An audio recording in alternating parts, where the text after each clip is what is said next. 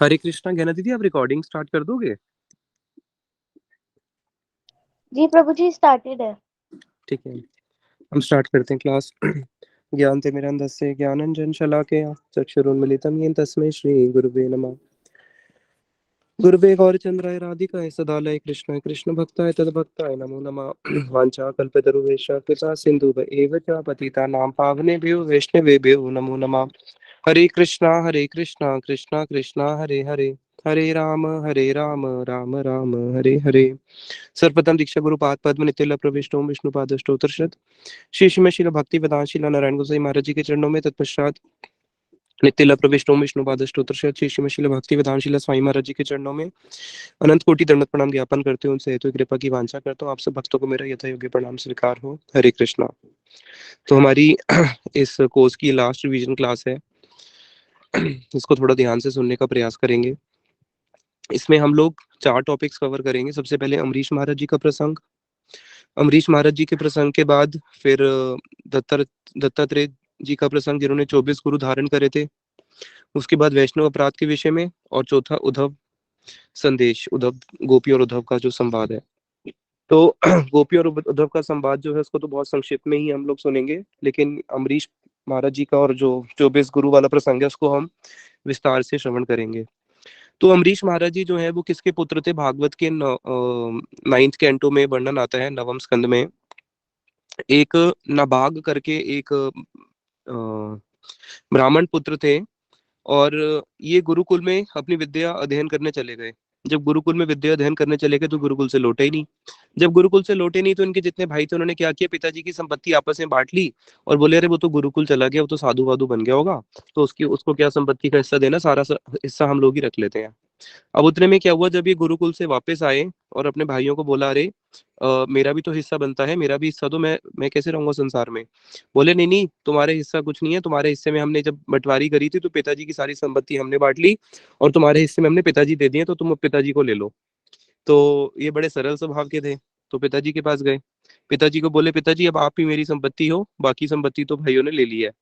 पिताजी बोले नहीं नहीं, मैं तेरी कोई संपत्ति नहीं हूँ। देखो, तू एक काम कर, अभी तू गुरुकुल में अच्छे से विद्या लेके आया है, अभी पास में ही ये अंगिरा ऋषि के जो वंशज हैं वो बहुत बड़ा यज्ञ करने जा रहे हैं, और जब वो यज्ञ करेंगे तो यज्ञ के 6वें दिन उनसे गलती हो जाएगी मंत्रों को उच्चारण करने में। तो तू जाके वहां पे उनको जो मंत्रों का जो उच्चारण है ठीक से बता देना, और उनको बोल देना तुम यहाँ पे गलती कर रहे हो। 6वें दिन उनसे गलती होगी, उनके पिताजी त्रिकाल लग गए थे। तो वो वैसे ही वहीं पास में गए, जहांगीरा जी के वंशज यज्ञ कर रहे थे। 6वें दिन उन्होंने उनको बोला कि नहीं नहीं, ऐसे नहीं, ऐसे होगा, और वो बड़े खुश हुए। और उसके बाद जब उनका यज्ञ पूरा हो गया, यज्ञ पूरा करके वो सारे ऋषि तो स्वर्ग आदि लोकों में चले गए, लेकिन जितनी भी यज्ञ में उनको दान दक्षिणा मिला था वो सारा का सारा नबाग को देके चले गए। अब नबाग नबाग को इतना सारा धन मिल गया जितना उतने भाइयों के पास भी नहीं था। अब उतने में ही क्या हुआ, वहां पे शिव जी आ गए। शिव जी बोले कि नहीं नहीं, ये तेरा नहीं, ये मेरा है। बोले क्यों, वो ऋषि तो मुझे देके गए हैं, तो आपका कैसे हो जाएगा? शिव जी बोले काम कर, अपने पिताजी से जाके पूछ, अगर तेरे पिताजी बोलेंगे तो मान जाएगा। बोले हाँ, जो पिताजी बोलेंगे मान जाऊंगा। पिताजी बोले नहीं नहीं, वो शिव जी का ही है, क्योंकि वो शिव यज्ञ हो रहा था और सारी उन्होंने संपत्ति शिव जी के लिए ही हेतु दान करी थी। तो उसने शिव जी को दे दिया। शिव जी बोले मैं तेरे से बहुत प्रसन्न हूँ, ये भी तू रख, और मैं देखो दिव्य ज्ञान भी देता हूँ। तो उन्हीं के ही पुत्र फिर अमरीश महाराज जी हुए थे। और अमरीश महाराज जी कौन निकले? वो पूरे के पूरे सातों द्वीप के राजा थे। सबसे बड़े राजा जो इतिहास में आता है उस समय अमरीश महाराज जी थे, जिन्होंने, उनका एक छत्र राज्य था, जिन्होंने पूरे सप्त द्वीपों में एक साथ राज्य करा। अब इससे पता चलता है कि जो संस्कार होते हैं बच्चों को, वो उनके पिताजी से ही उनको वो संस्कार आगे ट्रांसफर होते हैं। तो अमरीश महाराज जी के बारे में जब परीक्षित महाराज जी ने सुना, अमरीश महाराज जी एक ऐसे महाराज हुए हैं इतिहास में केवल, जिनके ऊपर ब्राह्मण का श्राप कोई कार्य नहीं करा। वरना पूर्व इतिहास में देखो, जिनको भी ब्राह्मणों ने श्राप आदि दिया है सबके ऊपर वो श्राप का असर हुआ है। लेकिन इसलिए परीक्षित महाराज जी ने पूछा अरे वो अमरीश महाराज जी के बारे में मैं और जानना चाहता हूँ, जिनको इतने बड़े दुर्वासा जी का भी जो क्रोध को सहन कर गए, जो जिनका क्रोध और उनका श्राप भी उनको कुछ नहीं कर पाया। तो अमरीश महाराज जी के बारे में फिर भागवत में विस्तार से वर्णन आता है कि ये 7 द्वीपों पे एक साथ राज्य अपना करते थे। और इतना बड़ा राज्य होने पर भी वो इससे इतने डिटैच थे कि वो अपने राज्य को एक पत्थर के ढेले के समान समझते थे। अगर किसी के पास इतना बड़ा राज्य हो उसके अंदर कैसा अहंकार होगा, लेकिन अगर कोई एक गरीब व्यक्ति जिसके पास केवल एक पत्थर का ढेला हो उसके पास क्या अहंकार होगा, बोलेगा बस तो केवल एक पत्थर ही है और कुछ भी नहीं है। तो ये पूरे राज्य को केवल एक छोटा सा एक पत्थर का ढेले के समान समझते थे। और उनका आचरण कैसा था, भागवत में बताया है, स वे मना कृष्ण पदार विंध्योर वचामसी वैकुंठ गुण अनुवर्णने करौ हरेर मंदिर मार्जन आदिशु श्रुतिम चकार अच्युत सत कथा उदय। स वे मना कृष्ण पदार विंध्योर, उनका मन हमेशा कृष्ण भगवान के चरणों में ही लगा रहता था। और जिसका मन कृष्ण के चरणों में लग गया तो उसकी इंद्रियां कहाँ पे जाएंगी, इंद्रियां भी भगवान की सेवा में जाएगी। वचामसी वैकुंठ गुण अनुवर्णने, उनका जो वचन है अपनी वाणी से वो हमेशा भगवान के ही गुणों का कीर्तन करते रहते थे। करऊ, अपने हाथों से क्या करते थे, हर मंदिर मार्जन आदिशु, अपने हाथों से वो खुद ही मंदिर का मार्जिन आदि करते थे। इसको एक महाराज जी बड़ा अच्छा एक उदाहरण देके बताते थे, श्रील भक्ति विज्ञान भारती गोसाई महाराज जी। एक बारी शायद भक्ति दयाित माधव गोसाई महाराज और एक भक्ति जजावर गोसाई महाराज किसी गृहस्थ के घर पे गए थे। तो जिस गृहस्थ के घर पे गए थे वो उनका गुरु भाई था। तो उसने एकदम से नौकर को बुलाया कि जाओ पानी लेके आओ। तो महाराज जी ने साथ साथ में बोला, तुम्हारे हाथ क्या वो पैरालिसिस हो गया है जी, क्या तुम्हारे हाथ पैर चलने बंद हो गए जो तुम नौकर से पानी मंगवा रहे हो। जब घर में वैष्णव आते हैं तो नौकर से पानी मंगवाते हैं, पानी वैष्णवों की सेवा खुद करनी होती है। वो यहाँ पे तुम्हारे यहाँ पे किसी अभाव के कारण नहीं आए हैं, तुम्हारी सेवा ग्रहण करने आए हैं। तो इसलिए भगवान की सेवा जो होती है वो खुद करनी होती है। वो इतने बड़े राजा होके अपने हाथ से ही मंदिर में मार्जिन करते थे, यानी कि मंदिर में झाड़ू पोछा सब करते थे। मार्जिन मतलब होता है झाड़ू पोछा लगाना। तो उनके पास कोई नौकरों की कमी थी, लेकिन नहीं। इसलिए जितना हम भगवान की इस प्रकार की मीनियल सर्विसेज करते हैं उतना हम त्रिनादपि सुनिचेन होते हैं। श्रुतिम चकार अच्युत सत कथा उदय, और अपने कानों से हमेशा भगवान की हरि कथाओं को श्रवण करते रहते थे। नेत्रों से क्या करते थे, मुकुंद लिंगालय दर्शने, भगवान के दर्शन, अपने नेत्रों से भगवान के दर्शन करते थे। और उसके बाद पाद, पाद से क्या करते थे, पाद हरे क्षेत्रु पद अनुसर बने, अपने जो चरण है वो भगवान के मंदिर की, भगवान के धाम की परिक्रमा करने में। नासिका से तदपाद सरोज सौरभे, भगवान के चरणों में अर्पित तुलसी, भगवान के चरणों में अर्पित जो गंध आदि होते हैं, फूल होते हैं, उसको सुगंध लेना। जीवा से भगवान का प्रसाद का आस्वादन करना। अपने सिर से क्या करना, ऋषिकेश पाद अभिवंदन, अपना सर भगवान के चरणों में हमेशा दंडवत प्रणाम करना। इस प्रकार से उन्होंने अपनी सारी की सारी इंद्रियों को भगवान की सेवा में लगा के रखा हुआ था। और उनके मंत्री कौन थे, बताया, अमरीश महाराज जी के जो मंत्री थे वो सारे के सारे ब्राह्मण थे। और कैसे ब्राह्मण, वेद को जानने वाले, ब्रह्म को जानने वाले ब्राह्मण। इसलिए इतनी बड़ी धरती पे भी जब वो राज्य करते थे, उनको भागवत ने बताया कि उनको किसी प्रकार का कोई डिफिकल्टी नहीं आती थी, बहुत इजीली हो जाता था। क्यों, क्योंकि ब्राह्मण उनके कौन थे, सारे मिनिस्टर्स कौन थे, सारे ब्राह्मण थे। इस बात को श्रील स्वामी महाराज जी बोलते थे कि जो ब्राह्मण क्लास है वो ही मिनिस्टर होनी चाहिए जो राजा को गाइड करे। और अगर वो नहीं होगी, शूद्र लोग गाइड करने बैठ जाएंगे तो क्या होगा, पूरा का पूरा राज्य ठप हो जाएगा। और उनके जितने भी उस समय जो उनके सिटीजन्स थे सारे, उनके जितने भी नागरिक थे वो सब दो चीजों के आदी थे। किस चीज के आदी थे, जैसे अभी सब लोग 4G 5G के आदी हुए हैं ना, वो आदी थे भगवान की हरि कथा को सुनने के और भगवान का नाम जप करने के लिए। क्योंकि जो राजा करता है वही प्रजा करती है, तो इसलिए उनकी सारी प्रजा भगवान का नाम जप और हरि कथा में ही पूरी रुचि रखती थी। इसलिए जहां जहाँ पे भी परीक्षित महाराज जी के समय उनके हर राज्य में हरि कथा होती थी, नाम संकीर्तन होता था और सारी प्रजा बड़े आनंद से रहती थी। अब वो इतने बड़े राजा होने पर भी राजा के पास उसकी बहुत सारी पत्नियां होती है, बच्चे होते हैं, दोस्त होते हैं, मित्र होते हैं, घोड़े होते हैं, हाथी होते हैं, उसका इतने सारे उसके पास ज्वेल्स होते हैं, ऑर्नामेंट्स होते हैं, राज खजाना होता है। वो इन सब से अनासक्त थे। और इतने बड़े राजा होने पर भी अनासक्त भी थे और साथ ही साथ में वो वैराग्य का पूर्णता पालन करते थे। तो इसलिए उनकी जो प्रजा है, उनकी प्रजा के अंदर भी ये वैराग्य की शिक्षा थी कि देखो हमारा राजा जो है कितना बड़ा वैरागी है। तो इसलिए उनकी सारी प्रजा जो है भगवान की भक्ति की ओर अग्रसर थी। अब कार्तिक का जब समय आया, उन्होंने 1 साल तक उनकी पत्नी ने पूरा एकादशी व्रत का पालन किया। और एकादशी व्रत के बाद जब कार्तिक आएगा तो कार्तिक में उन्होंने क्या किया था, मधुवन में, मधुवन हमारी परिक्रमा जाती है, मथुरा के पास है, वहां पे उन्होंने कार्तिक की जो एकादशी होती है, वहां पे उन्होंने बहुत सारे ब्राह्मणों को बुला के, वर्णन आता है कि उन्होंने 60 करोड़ गायें दान करी थी उस दिन, द्वादशी के दिन, अगले दिन। तो सोचो अगर 60 करोड़ गायें दान कर रहे हैं तो कितने करोड़ों ब्राह्मणों को उन्होंने वहां पे बुलाया होगा। और सारी की सारी जो गायें थी, उनके सोने के जो उनके जो सिंग होते हैं उस पर सोना लगा के, उनके जो पैर होते हैं खुरों पे चांदी की वो प्लेट्स लगा के, और 60 करोड़ गायें सारी की सारी कैसी, दूध देने वाली और बछड़े सहित, तो लगा लो डबल हो गया, 120 करोड़ हो गया ना। इतनी सारी गायें उन्होंने दान करी, इतना बड़ा उन्होंने उत्सव रचा, जिसके अंदर सारे ऋषि मुनि आए। अब वहां पे क्या होता है, उतने में ही जब वो अपना ये पूरा करते हैं, पारण का समय होने वाला होता है, उतने में दुर्वासा ऋषि आ जाते हैं।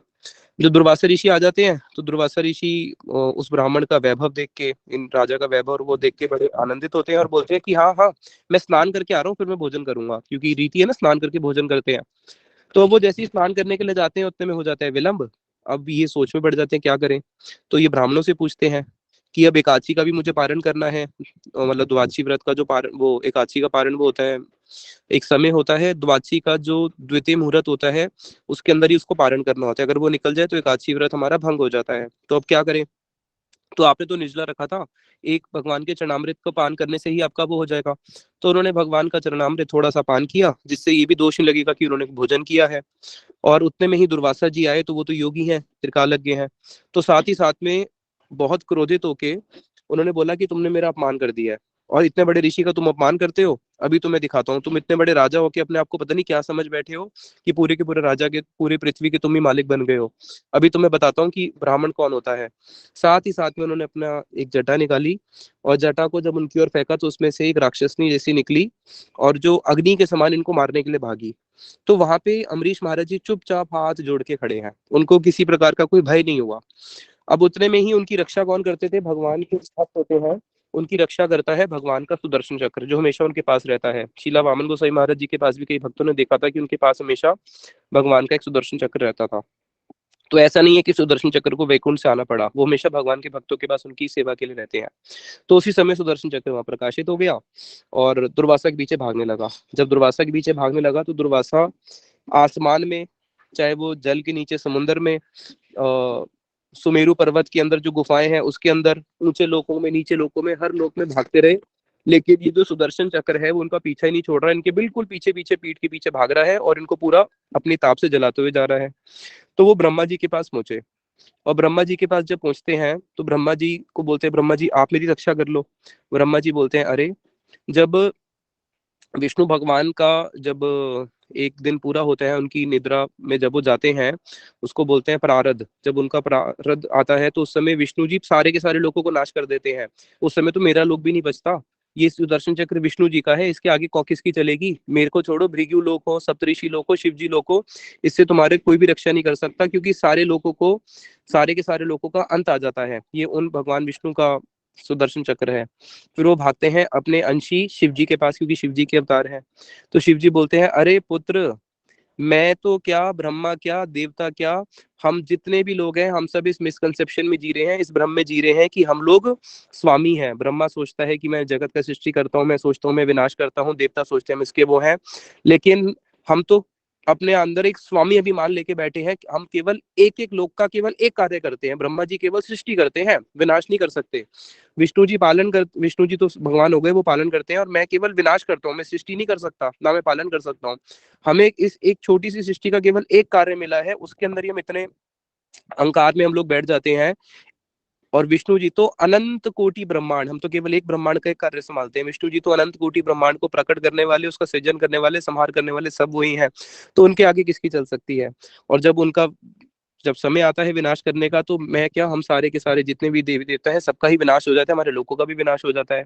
तो इसलिए इस सुदर्शन चक्र से तो बेटा मैं भी तेरी रक्षा नहीं कर सकता। हाँ, विष्णु जी के लोक में जाओ, वो रक्षा कर सकते हैं। फिर दुर्वासा जी भागते हैं और पहुंचते हैं विष्णु जी के पास। वहां पे जाके उनकी स्तुति गान करते हैं, हे अच्युत, हे अनंत, हे सदीप्सित, हे सदीप्सित, हे प्रभु, कृत अगसम माँ अवहि विश्व भावान।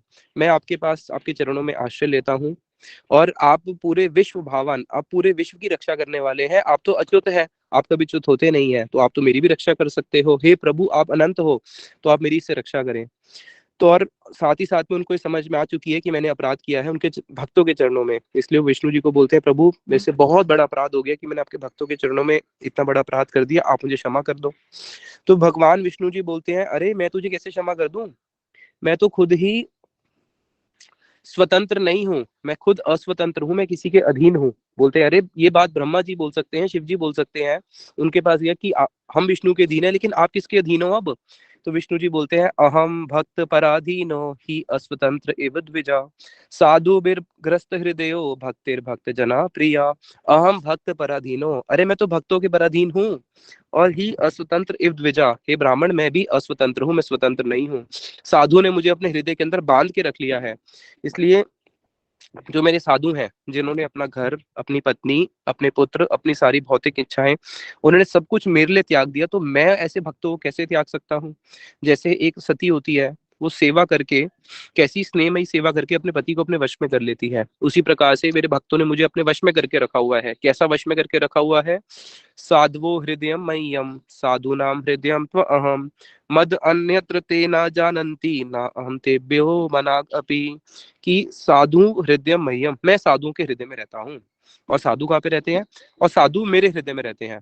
अगर तुम्हें क्षमा मांगनी ही थी मेरे से, तुम इतनी दूर क्यों आए, मैं तो वहीं नीचे ही तो था, अम्बरीश महाराज जी के हृदय में तो बैठा था। इसलिए मेरे अलावा वो कुछ नहीं जानते, और मैं भी उनके अलावा कुछ नहीं जानता। अब तुम मेरे से आके कुछ क्षमा मांग भी रहे हो, तो मैं तो अम्बरीश महाराज जी के अलावा किसी को जानता ही नहीं हूँ, उन्हीं के पास जाओ। तो फिर वो अम्बरीश महाराज जी के पास जाते हैं, अगर कांटा पैर में निकला घुसा है तो सर से तो निकलेगा नहीं, पैर से ही निकलेगा। वापस अम्बरीश महाराज जी के पास जाते हैं, और अम्बरीश महाराज जी के पास जब जाते हैं तो यहाँ पे एक बड़ा अच्छा वर्णन करते हैं हमारे गुरुवर, कि बोला कि मैं अम्बरीश महाराज जी के पास जाके क्षमा मांगू, वो तो राजा है और मैं तो एक त्यागी हूँ, तपस्वी हूँ, ब्राह्मण हूँ। तो बोले अच्छा एक बात बताओ, तुम साधु हो या वो साधु हो। जब तुम्हारे ऊपर सुदर्शन चक्र आया, तुम तो भाग गए अपनी जान बचाने के लिए, जब उसके ऊपर कृत्या मारने के लिए भागी थी, वो तो चुपचाप वहीं पे खड़े रहे, वो तो भागी नहीं, तो बताओ कौन बड़ा साधु हुआ। फिर जब अम्बरीश महाराज जी के पास जाते हैं, उनके चरणों में जाके जैसे ही वो प्रणाम करते हैं, तो अम्बरीश महाराज जी को पहले तो दुख था, लेकिन अब वो और दुखी हो जाते हैं कि इतने बड़े साधु मेरे चरणों में लेट रहे हैं। और फिर वहां पे वो सुदर्शन चक्र जी से प्रार्थना करते हैं, और सुदर्शन चक्र जी की बड़ी सुंदर स्तुति गान करते हैं, और उसको सुन के फिर सुदर्शन चक्र जी जो है वहां से चले जाते हैं। इतने में पूरा 1 साल बीत चुका होता है, और इस 1 साल तक अम्बरीश महाराज जी ने कोई भोजन नहीं करा था, बस वो जो जल पिया था बस द्वादशी के दिन, उसके बाद तक 1 साल तक वो वहीं एज इट इज खड़े हुए थे। और वहां पे फिर वो उनको क्षमा कर देते हैं। अब यहाँ पे देखो एक बड़ा अच्छा 2 शिक्षाएं हैं। पहली शिक्षा कि जब इन्होंने अपराध किया, अम्बरीश महाराज जी ने, यद्यपि वो अपराध नहीं था, उनका कोई अपराध नहीं था, ना ही उनका कोई, उन्होंने दुर्वासा जी के चरणों में उन्होंने कोई अपमान किया था, वो तो उनका सम्मान करने के लिए उन्होंने कुछ भोजन भी नहीं किया, केवल एकादशी व्रत के लिए एक जल भगवान के चरणामृत पिया। लेकिन दुर्वासा जी उसको अपमान मान बैठे अपना, और उन्होंने, दुर्वासा जी ने उनको क्षमा नहीं करा, दुर्वासा जी उनको मारने के लिए एकदम रेडी हो गए। लेकिन यहाँ पे अपराध किसका था, वास्तविक अपराधी तो दुर्वासा जी ने किया था, लेकिन अम्बरीश महाराज जी ने एकदम से क्षमा कर दिया। इसलिए बताया कि जो भगवान के भक्त होते हैं वो क्षमाशील होते हैं, बाकी योगी तपस्वी ज्ञान भी कभी क्षमाशील नहीं होते। वो क्षमाशील क्या होंगे, वो तो अकारण ही, बिना कारण के ही वो कर बैठते हैं, रोष हो बैठते हैं। अब प्रश्न होता है कि दुर्वासा जी तो इतने बड़े ऋषि हैं, वो ऐसे कैसे कर सकते हैं, क्योंकि स्वयं उन्होंने राधा जी तक को आशीर्वाद दिया हुआ है, शिव जी के अवतार हैं। तो दुर्वासा जी ने ये सिर्फ शिक्षा के लिए किया था, ये दिखाने के लिए कि भक्तों का चरित्र कैसा होता है। लेकिन दुर्वासा जी कभी भी इस प्रकार से नहीं कर सकते, वरना सोचो विष्णु लोक में जाना कोई आसान बात है क्या, वो विष्णु जी के पास डायरेक्ट चले गए। तो दुर्वासा जी ने केवल ये लीला इसलिए रची थी अम्बरीश महाराज जी की इस जगत में महिमा को प्रकाशित करने के लिए, और साथ में एकादशी की महिमा को प्रकाशित करने के लिए। तो यहाँ पे ये अम्बरीश महाराज जी का प्रसंग था। अभी हम श्रवण करते हैं 24 गुरुओं का जो दत्तात्रेय जी का प्रसंग था। भगवान कृष्ण ने उद्धव जी को इस जगत से जाने से पहले द्वापर के अंत में कुछ उपदेश दिए हैं। उसको कई लोग उसको उद्धव गीता भी बोलते हैं, बट उद्धव संदेश के नाम से है वो, भागवतम में 11वें स्कंद में। तो जो उद्धव जी को भगवान ने बहुत सारे संदेश दिए हैं, उसी में ही आता है ये एक प्रसंग आता है, जिसमें भगवान कृष्ण उद्धव को बता रहे हैं कि कैसे एक बार यदुओं को, जो यदु थे, उनको एक अवधूत मिला था, और अवधूत जो था, उस अवधूत, उस सन्यासी ने जो शिक्षाएं ली थी, वो उन्होंने यदु महाराज जी को शिक्षाएं बताई थी, और वही शिक्षाएं आज मैं तुम्हें बता रहा हूँ उद्धव जी। तो ये अवधूत का जो प्रसंग है, ये वास्तविक में हुआ है अवधूत और यदु के बीच में, और फिर इसी को ही भगवान कृष्ण ने उद्धव जी को बताया था। तो ये जो अवधूत थे, एक बारी एक स्थान पे बैठे हुए थे, वहां से यदु जी जा रहे थे, तो उन्होंने देखा, अरे ये तो ऐसा सन्यासी तो मैंने कभी नहीं देखा, इसके मुख पे कितना तेज है। और ये सन्यासी कैसा है, इस सन्यासी को, जैसे कोई बच्चा होता है, बच्चे को देखने से पता चल जाता है इसको कोई स्ट्रेस डिप्रेशन कुछ नहीं है, वो अपने में ही अपने ही आनंद में आनंद ले रहा है। तो उन्होंने उनको उसको जाके बोला कि इस जगत के अंदर मैं देखता हूँ कि सारे के सारे लोग अग्नि से जल रहे हैं, काम की अग्नि से, क्रोध की, लोभ की, सब उस अग्नि से जल रहे हैं। लेकिन आप तो एक ऐसे हाथी के समान हो जो कि पानी के अंदर आराम से तैर रहा है, उसको किसी प्रकार का कुछ वो नहीं है। जैसे जब पानी के अंदर हाथी होता है वो बहुत उस समय आनंद में और मत में होता है। तो बताया कि इस जगत के जो लोग हैं वो धर्म, अर्थ, काम, मोक्ष, इसके लिए दिन रात भागते रहते हैं। धर्म अर्थ काम के लिए, मोक्ष के लिए कौन भागता है, खैर धर्म अर्थ काम के लिए, संसार में अपने फेम के लिए, ओपुलेंस के लिए बहुत प्रयास करते हैं। और आप इतने सब कुछ जानते हुए भी, एक्सपर्ट होते हुए भी आप कुछ भी नहीं कर रहे, बिल्कुल यहाँ पे एक अवधूत की तरह बैठे हुए हो। तो मैं जानना चाहता हूँ कि आपके पास ऐसा क्या है, आपके पास ऐसा कौन सा ज्ञान है कि जो आप इस संसार में रहते हुए भी संसार से विचलित नहीं हो रहे। क्योंकि इस संसार का धर्म ऐसा है कि संसार में जितने भी लोग रहेंगे वो संसार से विचलित होते ही हैं। तो उन्होंने बोला कि अवधूत जी बोलते हैं कि देखो मैंने 24 गुरु बनाए हैं, उन 24 गुरुओं से मैंने 24 शिक्षा ली है, और 5वां गुरु मेरा अपना शरीर, ओ सॉरी 25वां गुरु, तो मैंने 25 गुरुओं से 25 शिक्षा ली है। अब मैं तुम्हें एक एक करके वो सारी शिक्षाएं बताता हूँ। अगर उनमें से किसी एक को भी तुमने अगर अपने जीवन में पालन कर लिया, तो तब भी तुम इस संसार में रहते हुए भी इस संसार से अनासक्त रह सकते हो। क्योंकि ये संसार का वो क्या है, जैसे एक उदाहरण दिया, एक काजल का महल है। अब कोई काजल के महल के अंदर जाए और बोले मेरे हाथ काले ना हो, मेरे पैर काले ना हो, वो तो संभव ही नहीं है ना। काजल के महल में जाओगे तो काला होना ही पड़ेगा। उसी प्रकार से संसार तो दुखालय है, इसमें आओगे तो दुख मिलेगा ही मिलेगा। अब कोई बोले नहीं मैं संसार में दुखी नहीं हूं, तो ऐसे दो ही लोग हो सकते हैं, एक मूर्ख या फिर एक जो भ्रम को जानने वाला है, जो जिसको भगवान की अनुभूति हो चुकी है। तो अब उन्होंने जो 24 गुरु बताए थे उसको हम फटाफट फास्ट फॉरवर्ड करके सुनते हैं। सबसे पहला पृथ्वी। पृथ्वी से क्या शिक्षा ली। पृथ्वी जो है वो एक टॉलरेंस का प्रतीक है, कि कैसे वो इतनी सहिष्णुता है उसके अंदर, कि उसके अंदर लोग क्या कुछ नहीं करते, उसको खोदते भी हैं, उसके अंदर से सारे जितने भी हीरे जवाहरात है, जितने भी मिनरल्स हैं, जितने भी पत्थर है, सब कहाँ से निकलते हैं, इसी से निकलते हैं। लेकिन पृथ्वी तब भी क्या करती है, सहनशील, वो तब भी सहनशील रहती है। तो मैंने देखा कि साधु को कैसा होना चाहिए, पृथ्वी के समान सहनशील होना चाहिए। पृथ्वी ये तो नहीं बोलेगी ना कि तुम मुझे इतना वो कर रहे हो तो मैं अब अनाज देना बंद कर दूंगी। वो तब भी अपना जो उसका कार्य है वो करती रहती है। उसी प्रकार से जो साधु का कार्य है उसको कभी भी विचलित नहीं होना चाहिए, और साधु को अपने कार्य में लगे रहना चाहिए। उसको जैसे कई बार ये होता है कि हम बहुत विचलित हो जाते हैं, तो हम अपने जो नित्य कृत्य है, अपना माला और उस सब से करना, या प्याज लहसन खाना कई लोग शुरू कर देते हैं, संसार की कुछ छोटी मोटी प्रॉब्लम्स आ जाए तो बोलते हैं कि नहीं हमसे नहीं होगा, और भक्ति की चीजों को छोड़ देते हैं। लेकिन कभी भी हमें अपने भक्ति के पथ को नहीं छोड़ना चाहिए, चाहे कितना भी कुछ आ जाए, हमें हमेशा यही वास्तविक में सहनशीलता है। फिर दूसरा बताया, दूसरे गुरु पर्वत। पर्वत से मैंने क्या लिया, पर्वत का जो जीवन है वो अपने लिए नहीं है, पर्वत का परोपकार, वो हमेशा दूसरों के लिए जीता है। उसी प्रकार से साधु को भी कैसा होना चाहिए, साधु को कभी भी स्वार्थी नहीं होना चाहिए। साधु को भी दूसरों के लिए ही अपना जीवन अर्पित करना चाहिए। दूसरों के लिए करना चाहिए मतलब जिसको चैतन्य महाप्रभु ने बोला ना, जन्म सार्थक करी करी परोपकार, कि सबसे पहले तो अपना जन्म सार्थक करो, उसके बाद जाके परोपकार करना। लेकिन अगर हम अपना जीवन ही सार्थक पहले नहीं करेंगे तो हम परोपकार कैसे करेंगे, पहले तो अपना ही करना है। उसके बाद फिर बताया वायु। वायु जो होती है हर जगह पे ट्रैवल करती है, अच्छी जगह पे भी, गंदी जगह पे भी। वो जहाँ पे गंद पड़ा होता है उसके ऊपर से भी जाती है, और जहाँ पे फूलों का बगान होता है उसके ऊपर से भी जाती है। लेकिन कभी भी वायु उससे मिक्स नहीं होती है। जैसे एक उदाहरण, अभी हम बोलते हैं अरे वाह कितनी अच्छी सुगंध आ रही है, जो वायु वहां से आ रही है, एक बाग में से होके आ रही है जिसके ऊपर बड़ा सुंदर चमेली का फूल खिले हुए हैं, वहां पे कमल है, वहां पे अच्छे गेंदे के फूल है, तो जो वायु वहां से आएगी हम बोलेंगे अरे बड़ी अच्छी सुगंध आ रही है। तो वो जो सुगंध है वो किसकी है, वो सुगंध वायु की नहीं होती है, वो किसकी होती है, ये जो सुगंध है, गंध किसका, एक ये है धरती जल अग्नि वायु आकाश।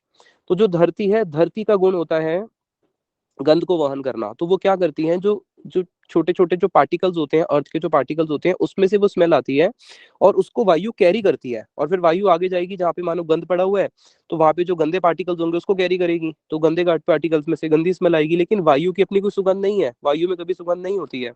तो वायु कैसी रहती है, किसी भी जगह पे जाए वो हमेशा उससे अनअटैच रहती है। तो उसी प्रकार से एक साधु को होना चाहिए कि वो कहीं पे भी जाए। जैसे हम लोग भी देखते हैं कि आत्मा कितने सारे मटेरियल बॉडीज में जाती है, लेकिन जिस बॉडी में जाती है वहां पे उसके अंदर वैसा अहंकार बना लेती है। लेकिन जो साधु होता है वो इन चीजों से अनअफेक्टेड होता है, जो अपने जैसे जड़ भरत जी का उदाहरण आता है। जड़ भरत जी अगर हिरण के शरीर में भी गए तब भी उनकी भक्ति बनी रही, है ना। तो इसलिए ये तो एक बहुत हाई लेवल है, बट इस डे टू डे लाइफ के अंदर भी हम लोग बहुत अफेक्टेड हो जाते हैं। लेकिन हमें ये उन्होंने शिक्षा दी कि हमें किसकी तरह रहना है, वायु की तरह रहना है, बिल्कुल अनअफेक्टेड रहना है। फिर जल, जल से क्या शिक्षा ली? जल जो होता है, कभी भी हाथ पैर गंदे हो जाए तो कैसे साफ करते हैं? जल से करते हैं ना। तो उसी प्रकार से एक साधु को इतनी अच्छी वाणी बोलनी चाहिए, उसका इतना अच्छा आचरण होना चाहिए कि कोई भी अगर उस साधु के पास में आए तो वो पवित्र हो जाए, जैसे जल के पास जाने से हम लोग पवित्र हो जाते हैं। और अग्नि, अग्नि से क्या शिक्षा ली? अग्नि से शिक्षा ली कि जैसे अग्नि क्या करती है, अग्नि से दो शिक्षाएं ली वैसे तो। पहली शिक्षा, अग्नि जब आप देखना, जैसे अगर हमने एक लकड़ी में अग्नि जलाई है, अब वो लकड़ी में अग्नि कंटिन्यूस जल रही है, लेकिन वो कंटिन्यूस नहीं जलती है। वो एक फ्लेम खत्म होता है, दूसरा चालू हो जाता है, लेकिन वो इतनी फास्ट होता है कि हमें पता ही नहीं चलता है। अब वो कोई सोच रहे है कि 1 घंटे बाद अग्नि खत्म हो गई, वो जो लकड़ी थी वो पूरी खत्म हो गई 1 घंटे बाद, तो हम बोलेंगे नहीं 1 घंटे बाद अग्नि खत्म हुई है, नहीं, वो एवरी सेकंड खत्म हो रही थी और एवरी सेकंड जल रही थी। तो वो जो प्रोसेस है, उस प्रोसेस को एक जो व्यक्ति नहीं जानने वाला है वो तो देखेगा कि अग्नि कंटिन्यूस जल रही है, लेकिन ऐसा होता नहीं है। उसी प्रकार से बताया कि इस जगत के जो लोग हैं वो सोचते हैं अरे रोज तो सूर्य होता है, रोज सूर्य अंत होता है, रोज चंद्रमा आता है, रोज सुबह होती है, रोज वो होता है, रोज तो डे टू डे चल रहा है, लेकिन नहीं, आज का दिन तो पूरा खत्म हो ही गया ना। अब अगले दिन हो रहा है, तो आयु, आज की तो आयु चली गई। अब कोई बोल रहा है नहीं मैं अभी तक जीवित हूँ, नहीं, अभी तक जीवित नहीं हो, तुम्हारे 25 साल जीवन के खत्म हो चुके हैं, अब आगे का शुरू हुआ है। तो जो समय को जानने वाले लोग हैं वो उसको समझ लेते हैं कि कैसे मेरा एक एक पल जो है खत्म हो रहा है और अगला वो वापस आ रहा है। जो जैसे मेरे पास बैंक में पैसे पड़े हैं और बस मैं पैसे खर्च करते जा रहा हूँ, तो मैं ये नहीं देख रहा कि मैं खर्च करते जा रहा हूँ, अरे जो बैलेंस है वो भी तो कम होता जा रहा है। तो उसी प्रकार से हमारा वो जो अग्नि जलती जा रही है, कंटिन्यूस नहीं जल रही है, उसके अंदर जो अग्नि थी उसका वो धीरे धीरे बैलेंस खत्म होते जा रहा है, 1 घंटे बाद वो पूरी खत्म हो जाएगी। तो उसी प्रकार से उन्होंने शिक्षा लिया कि समय जो है वो इस प्रकार से है, और जो बुद्धिमान व्यक्ति है उसको समय की गति को पहचान के अभी से ही भगवान के भजन में लग जाना चाहिए और अपने समय को ठीक जगह पे लगाना चाहिए।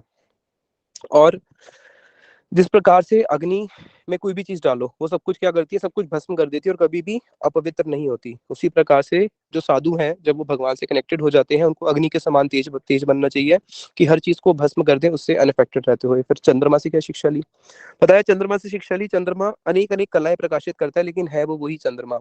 उसी प्रकार से हम, हमारी जो शरीर है, बालक शरीर, युवा शरीर, वृद्ध शरीर, उसके बाद मर जाता है, फिर अगले उसमें जाता है, लेकिन आत्मा वही रहती है। तो मैं समझ गया कि आत्मा कभी भी चेंज नहीं होती है। सूर्य से क्या शिक्षा ली? सूर्य से शिक्षा ली है कि जैसे सूर्य क्या करता है, जितना भी गर्मी के समय वो सारे के सारे जलाशयों से पानी लेता है और फिर उसके बाद जब वर्षा का समय आता है सबका जल उनको वापस लौटा देता है। उसी प्रकार से साधु के पास बहुत सारे भौतिक लोग आते हैं, बहुत सारी वस्तु लेके आते हैं और फिर वो भी क्या करता है, उसको वापस उन्हीं को लौटा देता है। कैसे? जैसे एक छोटा सा उदाहरण, जन्माष्टमी का समय है, गुरुदेव ने जन्माष्टमी का बहुत बड़ा प्रोग्राम करना है। अब जो खारा पानी होता है, समुद्र का पानी खारा होता है, अब वो खारे पानी को किसने लिया? सूर्य ने खींच लिया। अब देगा कौन सा? देगा वो खारा नहीं देगा, देगा मीठा पानी देगा। उसी प्रकार से संसार के लोगों का जो पैसा होता है उसके अंदर क्या होता है? उसके अंदर पाप होता है। तो उसको लेते हैं और उसको वो भगवान की सेवा में लगा देते हैं, उसको अपने पास नहीं रखते हैं। ये सूर्य से शिक्षा लिया। और फिर बड़ी सुंदर शिक्षा ये किससे ली? ये ली कबूतर से। एक दिन क्या हुआ, इन्होंने देखा कि दो कबूतर और कबूतरनी आपस में बहुत प्रेम कर रहे हैं। और कैसा प्रेम कर रहे हैं कि उन्होंने, मैं तेरे बिना जी नहीं सकता, तू मेरे बिना जी नहीं सकती, दोनों आपस में इतना प्रेम करते थे। इन्होंने अपना बड़ा ही सुंदर एक घोंसला बनाया और उस घोंसले के अंदर दोनों का प्रेम से क्या हुआ, मैथुन से कुछ अंडे पैदा हुए। अभी दोनों रोज अपने अंडे को देख के बड़े आनंदित होते हैं। और जिस दिन इनके अंडे में से वहां से बच्चे निकले, उस बच्चे को देख के तो इनके आनंद की कोई सीमा ही नहीं रही। अब तो इनका जीवन मानो वहीं पे ही स्वर्ग बन गया, उसी पेड़ के ऊपर दिन रात अपने बच्चों के साथ। बच्चों के जब छोटे छोटे जो उसके पर होते हैं निकलना शुरू होते हैं, अजात पक्ष होते हैं ना, अजात पक्ष यानी कि जैसे उसके भी पक्षी के छोटे छोटे पर निकलना शुरू हुए हैं, उसको देख के बड़े आनंदित होते हैं। और जब उनके बच्चे भी बोल नहीं पाते, चिरपिंग चिरपिंग की जो छोटी छोटी आवाज करते हैं और जब वो थोड़ा बहुत अपना सर हिलाते हैं, आंखें हिलाते हैं, उसकी मूवमेंट्स को देख के इनको इतना आनंद आता है कि ये सब कुछ भूल गया और उसी के अंदर ही दोनों रम जाते हैं। अब एक दिन क्या होता है, दोनों अपने बच्चों के लिए भोजन लेने गए थे, उतने में वहां पे एक शिकारी आता है और ये जो बच्चे थे जिन्होंने भी थोड़ा बहुत उड़ना ही सीखा था, इनको अपने जाल में फंसा लेता है। अब जैसे ही वो उनकी माँ आती है, माँ देखती है अरे मेरा तो जीवन मेरे बच्चे ही हैं, बच्चे नहीं है तो मैं किसके लिए जीऊंगी। तो साथ ही साथ में वो भी क्या करती है, अरे हाय मेरे पुत्र, हाय मेरे बच्चे, और वो भी जाके अपने आप ही उस bye one get one free उसके जाके जाल में खुद फंस जाती है। अब उसके बाद जो वहां पे उसका पुरुष होता है, वो देखता है हाय मेरा तो जीवन ही खत्म हो गया, मैं कितना बड़ा मूर्ख निकला कि मैंने कोई अच्छे कार्य नहीं करे। और अगर मैंने कुछ अच्छे कार्य करे होते तो आज ऐसा दिन थोड़ा ना देखने को मिलता कि मेरा पूरा जीवन ही सब खत्म हो गया, मेरा परिवार, मेरी पत्नी, मेरे वो। अब जब ये ही नहीं है तो मैं जीऊँ किसके लिए, मेरी जीने की तो आशा ही खत्म हो गई। और मैं और मेरी पत्नी, हम दोनों की कितनी अच्छी जोड़ी थी, और वो हमेशा मेरी सारी बातें मानती थी, और मैं ही तो उसका कौन था, मैं ही उसका इष्ट था। तो आज कैसे मैं इनको छोड़ सकता हूँ, अपनी पत्नी और अपने बच्चों को। और मैं भी अपनी पत्नी और अपने बच्चों के साथ मैं भी स्वर्ग लोक जाऊंगा, मेरे को भी इस जगत में नहीं रहना। क्यों? क्योंकि मेरी पत्नी और बच्चे दोनों ही साधु हैं। इस प्रकार से वो क्या करता है, वो कबूतर भी जाके कबूतरनी के साथ और अपने बच्चों के साथ buy one get two free वो भी जाल में बन जाता है। और जो शिकारी था, शिकारी सबको उठाता है, मारता है, पका के खा लेता है, कहानी खत्म। तो बताया कि उसी प्रकार से कि जिस प्रकार से मैंने उससे शिक्षा ली कि कितना वो अपनी पत्नी से असक्त था, बच्चों से असक्त था, कि अपने आप ही वो जाके काल के मुख में जाके ग्रास बन गया। तो इसलिए जगत में रहते हुए कभी भी इतनी आसक्ति नहीं करनी चाहिए, ये मैंने उससे बहुत बड़ा शिक्षा लिया। फिर अजगर से क्या शिक्षा ली, बताया अजगर से मैंने शिक्षा ली, जिस प्रकार से जीवन में दुख आता है अपने आप, तो सुख भी तो अपने आप आएगा। अजगर एक जगह पे बैठा रहता है, उसका भोजन अपने पास, उसके पास अपने आप पहुंच जाता है। उसी प्रकार से मैं एक ही स्थान पे बैठा रहता हूँ, मैं भोजन के लिए उधर उधर नहीं जाता, अजगर वृत्ति का अवलंबन करता हूँ, अयाचित वृत्ति, कि जो मेरे पास अपने आप भगवान की कृपा से आएगा आएगा, नहीं आएगा नहीं आएगा। अगर भगवान की इच्छा होगी तो भोजन अपने आप आ ही जाएगा, और भगवान की इच्छा नहीं होगी तो भाग के भी क्या लाभ। शीला स्वामी महाराज जी जब विदेश में प्रचार करते थे, तो एक दिन उनके पास दाल 250 ग्राम दाल बची थी, तो वो रोज डेयरी एंट्री लिखते थे। तो उन्होंने डेयरी एंट्री में लिखा, उनकी वो सारी डेयरी एंट्री आज तक अवेलेबल है ऑनलाइन। उन्होंने लिखा कि आज मेरे पास केवल 250 ग्राम दाल है कल के लिए, अब परसों मैं क्या खाऊंगा मुझे भी पता नहीं, जो भगवान कृष्ण की इच्छा होगी। अगले दिन उन्होंने 250 ग्राम दाल लिख के लिखा, आज तो मेरे पास ये भी खत्म हो गई, अब कल मेरे पास खाने के लिए कुछ नहीं है। अगले दिन वो पूरा, इतनी सर्दी के समय न्यूयॉर्क में, वृद्ध शरीर, उन्होंने केवल पानी पी के अपना पूरा दिन काटा। और रात को लिख रहे हैं, आज मुझे बड़ा आनंद आया कि भगवान कृष्ण की इच्छा थी कि मैं जल पी के रहूं, तो इसलिए आज मैं जल पी के ही रहा, कुछ अलग से प्रयास तो किया नहीं। अपने भोजन के लिए प्रयास किसके लिए कर रहे हैं, कि गीता बिक जाए, भगवान का प्रचार हो जाए, अपने अपने स्वार्थ के लिए कभी वो कोई प्रयास नहीं करते हैं।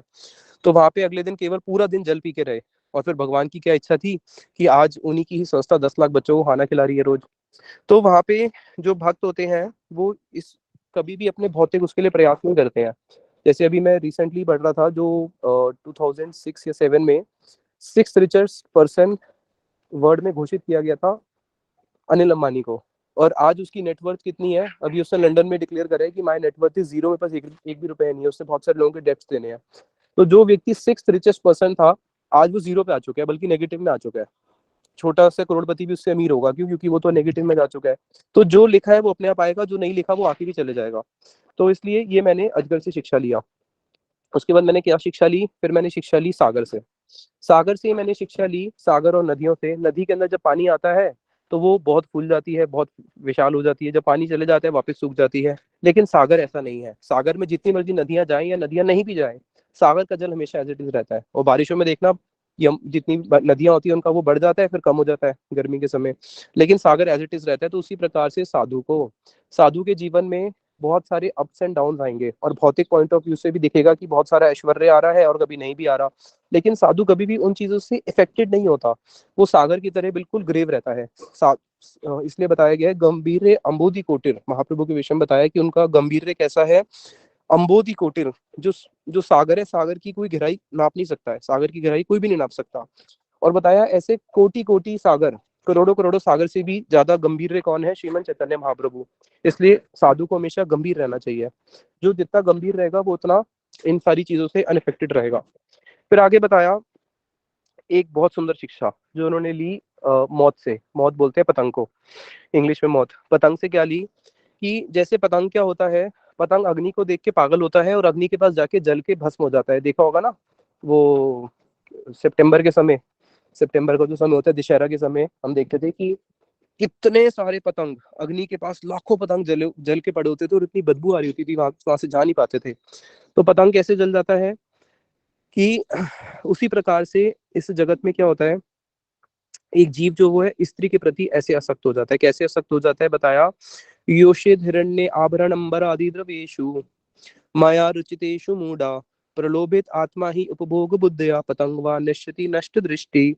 कि योषित हिरण्य आभरण अंबर आदि द्रव्येषु, भगवान बता रहे हैं कि जो स्त्री है वो स्त्री को वो क्या करती है, बड़े सुंदर वस्त्र पहन के आएगी, बड़े सुंदर आभरण, बड़े सुंदर अलंकार पहन के आएगी। और जो मूड होगा वो मूड क्या करेगा, प्रलोभित आत्मा ही उपभोग बद्धया, प्रलोभित होके उसकी ओर, उसको भोगने की ओर जाएगा और वो पतंग की तरह नाश हो जाएगा। जैसे पतंग अग्नि को भोगने के लिए जाता है और उसको भोग नहीं पाता, जल के भस्म हो जाता है, उसी प्रकार से जीव की स्थिति है। तो ये कह रहे हैं कि मैंने शिक्षा ली इस पतंग से कि कभी भी एक जीव को ऑपोजिट अट्रैक्शन की तरफ इतना पागल नहीं होना चाहिए। फिर आगे बताया उससे क्या शिक्षा ली, मधुमक्खी से। ये क्या करती है, शहद को इकट्ठा करती है। और जब ये, इससे भी दो शिक्षाएं ली है, जैसे अग्नि से दो शिक्षा थी ना, इससे भी दो शिक्षाएं। शहद को जब इकट्ठा करती है तो क्या करती है, एक फूल से नहीं करती है, अलग अलग उससे भ्रमर जो है वो अलग अलग फूलों से उसमें से उसका मकरंद निकालता है। उसी प्रकार से साधु को भिक्षा कभी एक घर से नहीं मांगनी चाहिए, उसको एक घर पे कभी भी डिपेंडेंट नहीं होना चाहिए। भिक्षा वृत्ति का मतलब भी यही होता है कि सबसे जाके थोड़ा थोड़ा थोड़ा थोड़ा ग्रहण करना, है ना। और फिर दूसरी शिक्षा क्या ली, कि ग्रहण करना लेकिन कितना, जितना पेट एक जो साधु होता है उसका जो पेट है वही उसका स्टॉक है फूड का, मतलब जितना आपके पेट में भोजन आ जाए उतना ही रखो, ज्यादा नहीं रखना अपने पास कि मैं 10 kilo 20 kilo 50 kilo 1000 kilo bank balance save कर लूँ। वो साधु के लिए बिल्कुल अलाउड नहीं है, साधु को बैंक बैलेंस नहीं रखना चाहिए। लेकिन प्रश्न होता है, हम तो देखते हैं बहुत सारे साधु बैंक बैलेंस रखते हैं, फिर उसको कैसे बोलेंगे। और बताया कि साधु को केवल कल रात को क्या खाऊंगा, रात का भी उसको स्टॉक नहीं करना चाहिए, केवल जितना भोजन पेट में आ गया बस ठीक है, रात को जो भगवत इच्छा से मिलेगा बस वही। तो लेकिन हम बाकी मठों में देखते हैं, मंदिरों में देखते हैं, वहां पे तो भंडार घर होता है, हर जगह भंडार घर होता है, चाहे वो इस्कॉन हो या गौड़िया मठ हो। फिर उसका उसका क्या कारण है, उसके लिए श्रील भक्ति विज्ञान भारती गोसाई महाराज जी बोलते थे कि दो होता है, एक होता है साधु, एक होता है आश्रमी। जो साधु है, जो अकेले रह के भजन कर रहा है, उसको स्टॉक नहीं करना है, उसको केवल भिक्षा लेनी है, भोजन करना है, कहानी खत्म। लेकिन जब कोई व्यक्ति आश्रम चला रहा है तो उसके साथ दो उपाधि जुड़ गई, एक तो वो साधु भी है, साथ में वो आश्रमी भी है। आश्रमी का अर्थ है कि उसने एक आश्रम खोला हुआ है जहाँ पे और भी साधु जाके अपना भोजन कर सकते हैं, वहां पे आके विश्राम कर सकते हैं, यात्री आ सकते हैं। तो वहां पे वो जो स्टॉक करता है वो उन लोगों के लिए कर रहा है या भगवान की सेवा के लिए कर रहा है, अपने लिए नहीं कर रहा। अगर वहां पे उसके अंदर सेल्फ इंटरेस्ट आ जाएगा कि हाँ हाँ इतना बैंक बैलेंस हो गया, ये मेरे लिए है, तो वहां पे उसको दोष लगेगा। लेकिन जहाँ पे वो भगवान और उनके भक्तों की सेवा के लिए कर रहा है उसमें दोष नहीं लगता आश्रम में। फिर आगे बताया हाथी से क्या शिक्षा ली। हाथी से शिक्षा ली कि हाथी जो है वो हथनी के पीछे पागल होता है। हाथी को कैसे पकड़ते हैं बताइए होगा, हथनी को ट्रेन करते हैं, हथनी हाथी को अपने पीछे इशारे कर करके आंखें मार मार के पूंछ हिला हिला के उसको प्रोवोक करती है, हाथी उसके पीछे भागना शुरू करता है। फिर एक जगह होता है गड्ढा जो पहले से डिस्टाइंड होता है, हथनी वहां पे जाके गड्ढे के साथ में खड़ी हो जाती है और हाथी को इशारा करती है आजा। हाथी जैसे ही आता है हथनी के साथ खड़े होने के लिए गड्ढे में गिर जाता है और बंदी बन जाता है। उसी प्रकार से जब कोई व्यक्ति ऑपोजिट किसी के साथ लव में पागल हो जाता है तो माया भी उसको क्या करती है, उसी प्रकार से 84 लाख योनियों के गड्ढे में डाल देती है। फिर हिरण से क्या शिक्षा लिया, हिरण से शिक्षा लिया कि हिरण जैसे गाना सुन के पकड़ में आ जाता है, उसी प्रकार से साधु को भौतिक गाने नहीं सुनने चाहिए। मछली से क्या शिक्षा ली, मछली भी पकड़ में कैसे आती है, मछली को पकड़, हाथी को पकड़ा जाता है हथनी दिखा के, हिरण को उसमें डाला जाता है, हिरण के ऊपर जाल बिछाया जाता है उसको गाना सुना के, और मछली को पकड़ा जाता है कांटे में कुछ वो डाल के, खाने की वस्तु डाल के, तो वो जीभ के लालच से पकड़ी जाती है। तो इसलिए साधु को जीभ का लालच नहीं करना चाहिए। फिर उन्होंने शिक्षा ली पिंगला से। अब ये पिंगला कौन थी, पिंगला एक वेश्या थी जो अपने घर के बाहर बैठी हुई है रात के समय, जो एक एक लोग जा रहे हैं सबको देख रही है कौन कितना अमीर है, कौन मुझे कितने पैसे देगा। देखते देखते आना जाना, कभी घर के अंदर कभी बाहर, कभी अंदर कभी बाहर, इसके पास इतने पैसे हैं, ये मुझे पकड़ेगा ये नहीं पकड़ेगा, करते करते उसका पूरा रात का अर्धरात्रि हो गई। अर्धरात्रि के समय उसके मन में एक निर्वेद उत्पन्न हुआ। निर्वेद मतलब होता है संसार के प्रति अनासक्ति की भावना। संसार में जब कोई भी वस्तु अच्छी नहीं लगती उसको बोलते हैं निर्वेद। तो उसके हृदय में जब निर्वेद उत्पन्न हुआ, निर्वेद उत्पन्न होते ही उसके जितनी भी उसकी भौतिक कामनाएं थी सारी की सारी उस समय खत्म हो जाती है। जैसे जब जीव के हृदय में निर्वेद उत्पन्न होगा, कभी कभी भक्तों के हृदय के अंदर, मतलब जो अभी साधन कर रहे हैं, कुछ क्षण के लिए ये फीलिंग आती है। तो उस समय कभी नोट करना कि संसार की कोई भी भौतिक कामनाएं उस समय अच्छी नहीं लगती है, और उस समय अपने आप ही एक नेचुरल हैप्पीनेस मिलना शुरू हो जाता है।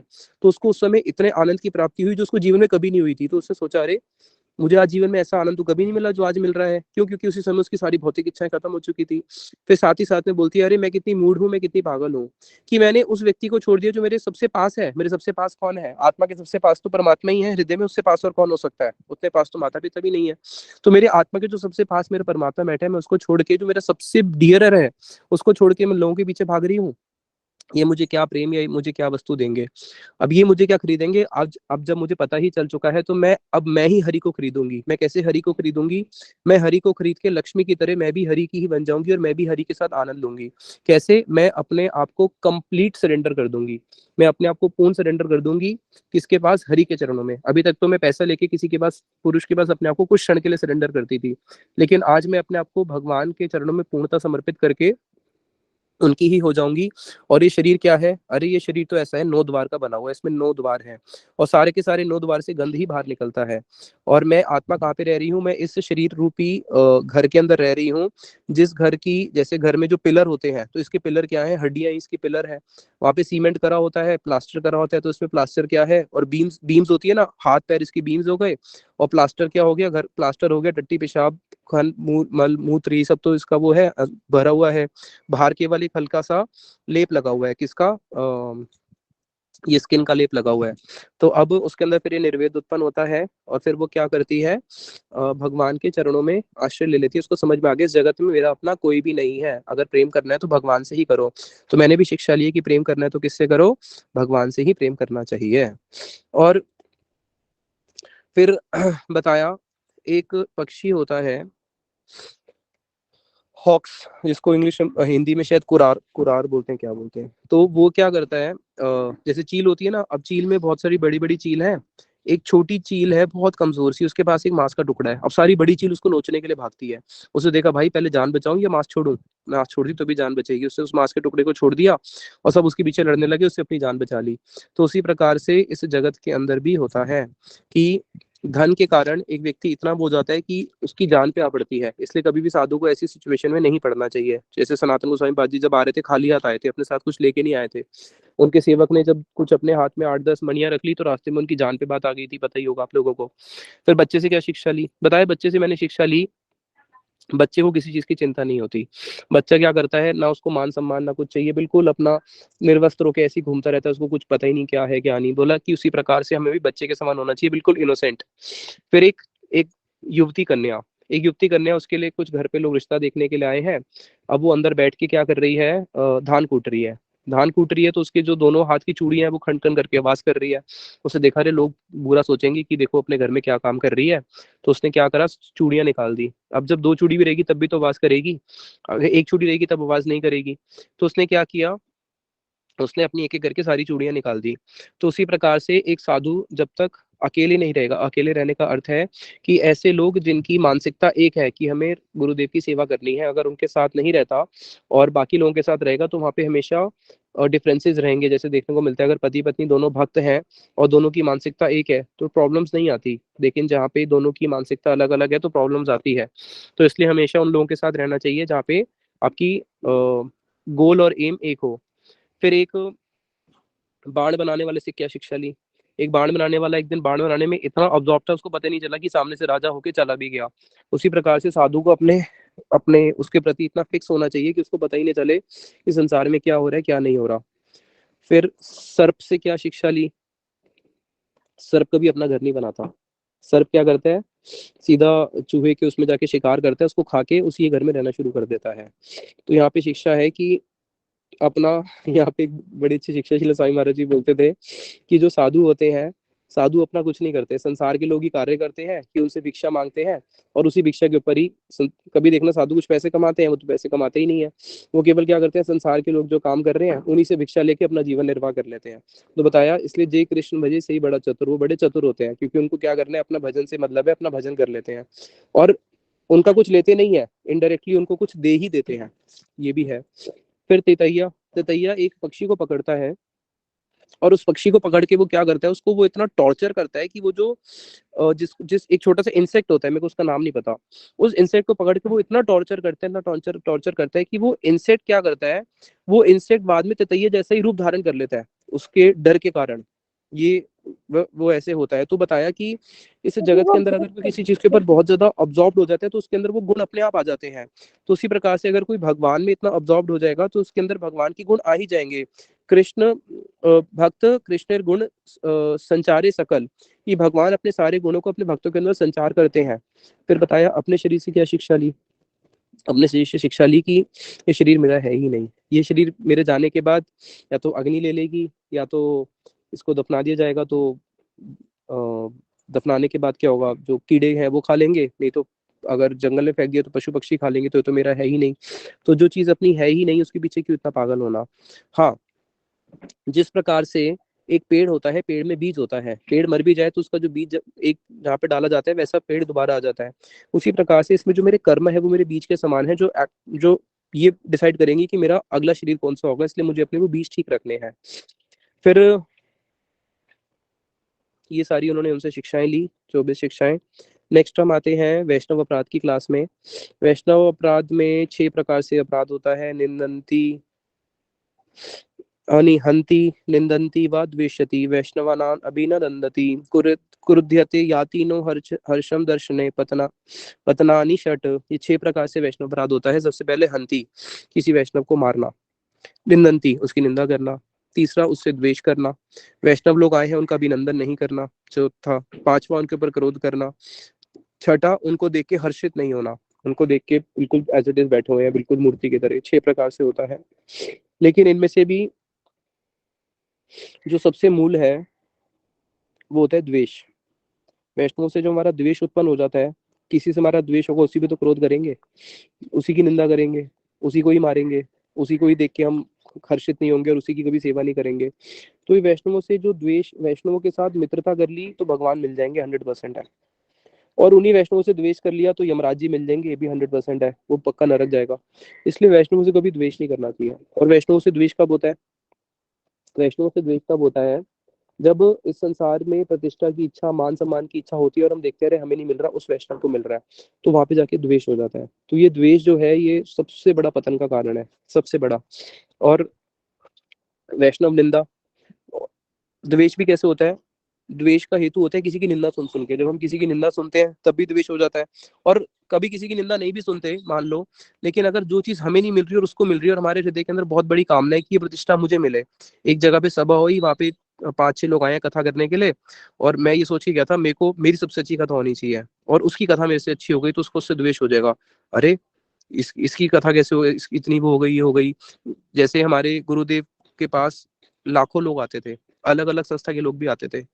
अब इसको देख के कई सो कॉल्ड गुरुज में द्वेष हो गया, अरे इनके पास सब क्यों जा रहे हैं, सब इनके शिष्य क्यों बन रहे हैं, हमारे शिष्य भी इनकी कथा सुनने चले जाते हैं।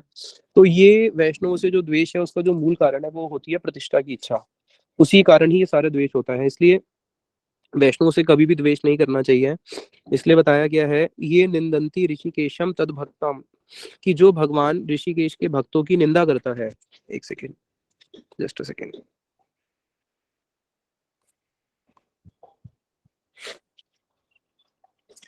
सॉरी। जो भगवान के भक्तों की निंदा करता है, पुण्यम रूपिणाम शत जन्म अर्जितम पुण्यम तेषाम, उसके 100 जन्म के जो पाप है नश्यति निश्चितम, 100% उसके 100 जन्मों के पाप उसी समय 100 जन्मों के पुण्य, उसके सारे के सारे जो उसने 100 जन्म में जो उसने पुण्य कमाए थे उसी समय खत्म हो जाते हैं।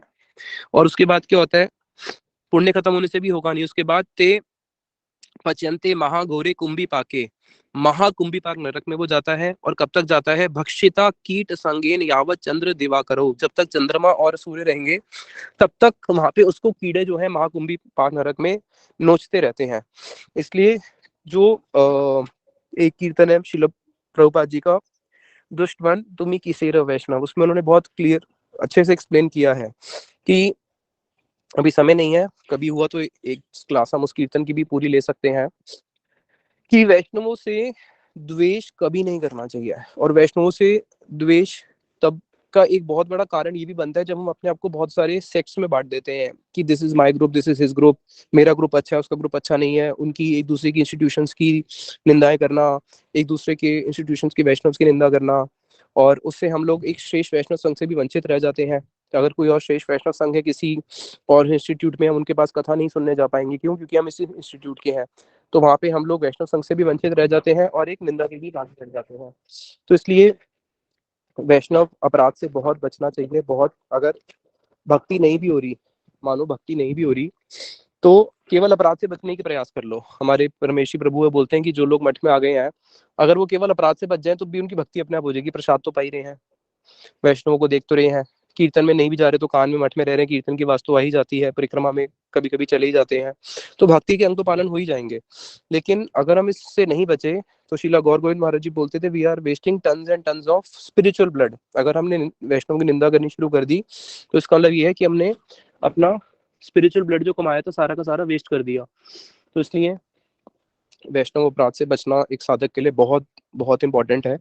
और उससे बचने के लिए सबसे बेस्ट यही है कि सारे वैष्णवों का यथोचित सम्मान करना, चाहे वो कहीं से भी किसी भी इंस्टीट्यूट से क्यों ना हो।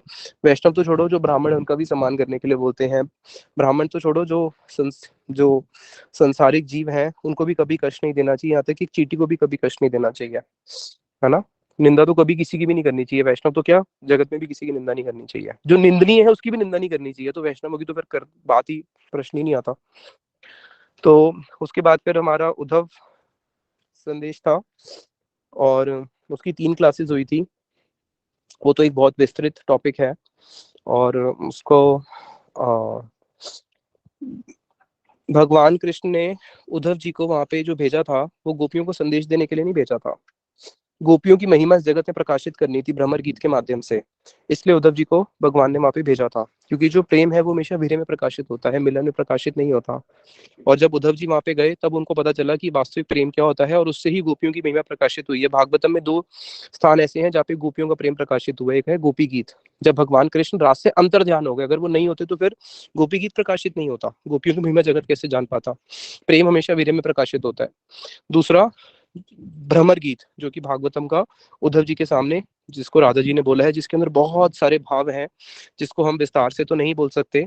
कभी आने वाले टाइम में आप लोग हमारे साथ जो क्लासेस कर रहे हैं, जब हम जैव धर्म की क्लासेस करेंगे, जैव धर्म के आगे जब हम उज्जवल नीलमणि तक पहुंचेंगे, तब हम उसके ऊपर विस्तार से डिस्कस करेंगे कि कैसे वहां पे राधा जी के अनेक अनेक भाव प्रकाशित हुए हैं। इतना ही बोल के मैं वाणी को विश्राम देता हूँ। अगर किसी का कोई क्वेश्चन है तो पूछ सकते हैं। हरि बोल, हरे कृष्णा। किसी को कोई क्वेश्चन है तो अनम्यूट करके पूछ सकते हैं। जी हरे कृष्णा प्रभु जी, हरे कृष्णा। हाँ जी। हाँ जी, ये जो वेडनेसडे को टेस्ट होगा, ये हमारा ये 4 जो रिवीजन क्लास हुई हैं अभी तक, इनके बेस पे होगा ना? हाँ जी, हाँ जी। आज की क्लास और 3 जो रिवीजन क्लास पहले हुई। 80% उसी में से आएगा। 80%, 20% जो नॉर्मल क्लासेस होती थी उसमें से होगा। अच्छा, तो ऑब्जेक्टिव टाइप होगा, डिस्क्रिप्टिव टाइप कोई क्वेश्चन तो नहीं होगा ना? नहीं नहीं नहीं। सारा ऑब्जेक्टिव टाइप होगा। ठीक है, हरे कृष्णा। हरे कृष्णा। हरे कृष्णा प्रभु जी आप ठीक हो? हाँ जी दीदी। अच्छा ठीक है प्रभु जी। अभी जुकाम है प्रभु जी आपको अभी? जुकाम है अभी ज्यादा? दीदी जुकाम तो सर्दी है, रहेगा ही थोड़ा बहुत, क्या कर सकते हैं। अच्छा हाँ ये तो है। खांसी जुकाम ये तो छोटा मोटा है, तो चलता रहेगा। कैंसर वैंसर नहीं होना ये चाहिए बस। हाँ सही बात है। 84 कोस की यात्रा के बाद ये हो गया जुकाम। हाँ पहले भी था लेकिन तो बढ़ गया था थोड़ा। हरे कृष्ण अच्छा प्रभु जी। अच्छा। तो चलता है। हरे कृष्ण प्रभु जी। हरे कृष्णा। प्रभु जी वो मेरा एक गीता शास्त्री कोर्स को लेके एक रिक्वेस्ट थी आपसे। वो प्रभु जी वो मैंने गहना दीदी से भी बोला था, जैसे मैं फरीदाबाद मठ से जुड़ी हुई हूँ, तो मेरा ये सजेशन था कि क्या मैं मतलब मठ के ग्रुप में वो मैसेज भेज दूँ गीता शास्त्री कोर्स का, हाँ क्योंकि भेज जैसे दो मेरी गुड़िया है, ऐसे और भी बच्चे चाहते हैं कि वो ज्वाइन करें। दीदी, बिल्कुल भेजो और सबको ऐड करवाओ उसमें, बहुत अच्छी बात है। जी प्रभु जी, ठीक है।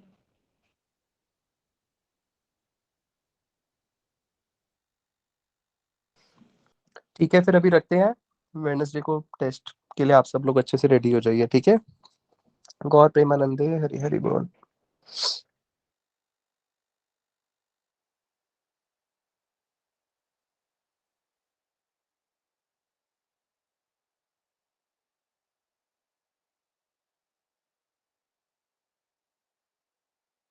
कृष्णा हरे